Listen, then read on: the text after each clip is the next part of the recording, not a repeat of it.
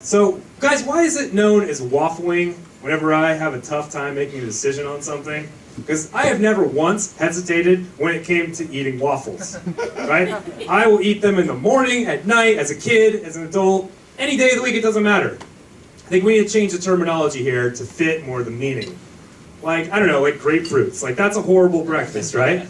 We just change that to grapefruiting, you know? Like, hey Tom, what happened with the merger? Did it go through? No, he started grapefruit me. It really just fell through. I gotta face the board. Stock options just tanked, you know? I don't know, I think it's more appropriate, you know? There's just certain times you need to change the language. And have you guys noticed, like, recently, speaking of food, sea salt is like all the craze the last few years, right? Like, everyone's into sea salt because they think it's more natural and healthy. I'm here to tell you that sea salt's a little overrated, though, in case you haven't noticed. Because think about it, like, where we get the salt from in the ocean, like, humans, fish, animals are constantly using that water as their personal toilet, right? Like, it's disgusting. Like, I guarantee you, if you started calling it, like, where the region of the ocean where it's from, like, if we started calling it Santa Monica Bay salt, no one's buying that, right? Like, sales are not gonna happen. You're not gonna be moving product then with that. It's just gross. It's like Santa Monica Bay is like fake tan runoff and raw sewage, and it's disgusting. It is. You get rashes, you know. By the way, raw sewage, do we need raw in front of it? Like, as if there's any other type of sewage? Like I can't take raw sewage and bake it in a baking tin for 30 minutes and then eat it, unless I want hepatitis. Like, we don't need raw in front of it, it's fine. It's like, there's no sewage casserole recipes floating around on the internet that I don't know about, you know? Sorry to get gross with you, but seriously, we don't need raw in front of that. Let's just cut that out. Don't need it. Do you guys find it ironic that the universal hand gesture for saying I'm unarmed is to suddenly put both arms up in the air? Like, don't shoot, I'm unarmed. Or are you, because you kind of look like you're bragging right now. You have two perfectly good arms, and they work well. And some people don't have any at all, so let's stop bragging, let's stop bullying. Let's stop doing that. Bullying's a big problem, right? We've discovered we need to fight all bullies, even though it's just a part of life. Do you guys remember Fool's Gold growing up?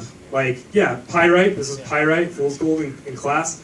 That couldn't happen now because a fool back in the old days, in the gold rush days, that was a real insult. And the guy that discovered it thought he was all cool. You go, no, he's a fool, it's Fool's Gold. It'd be like calling someone like a douchebag today. But because of bullying, we couldn't do that today. You know, we couldn't call it Fool's Gold. We'd have to soften it up. Our politically correct society, you know, we have to be like, it's just your opinion, Gold. Okay? It's just a miscommunication, Gold. We got our wires crossed, and one person thought it was gold, and maybe it wasn't, but maybe it was. You know, let him feel good about himself.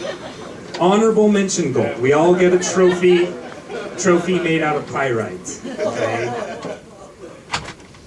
I've been noticing I've been getting a lot more gray hair in my head, and that's okay. I'm not like a anti-aging type or anything, but what I would appreciate is if the gray hair I'm getting would come in at the same relative formation that the brown hair I already have is at, because my gray hair grows out all scraggly and crazy. You guys notice this? Like, it's really off-putting. Like, I don't like it.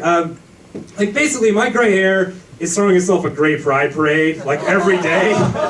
Like, listen, you can just accept it. We're gray, we're here to stay. And then I'm, like, left playing the role of conservative father at a dinner table, you know? Like, I see you're gray, I accept you.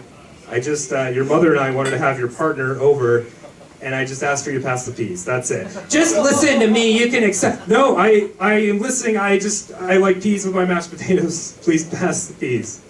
That's what my gray hair, that's exactly what my gray hair is doing, guys. It's just like that. Growing up in 6th grade, we were learning about ancient Greek culture, and each student for the project was assigned a different topic. There was art, architecture, food, religion. I was assigned religion, Greek gods, Greek goddesses, and this is interesting to me. I want to know more about it because, you know, I didn't know anything. But my dad, a conservative Christian, did not want me to, and he went to my teacher and made her switch my topic. Guys, my dad was worried I was going to convert from Christianity to Greek mythology. Like, how dumb of a 6th grader did he think I was? I don't know, fair enough. Maybe I'm being too harsh on him. Like, you can't walk down Burbank Boulevard on a Saturday without seeing those Greek mythologists trying to preach the good news of Zeus and Hera, you know, with their olive branches in their hair and their togas on. And then if you join up, you know, then they're gonna like, you're gonna be paying a third of your income to something called the Socrates Fund. You don't know where the money's really going.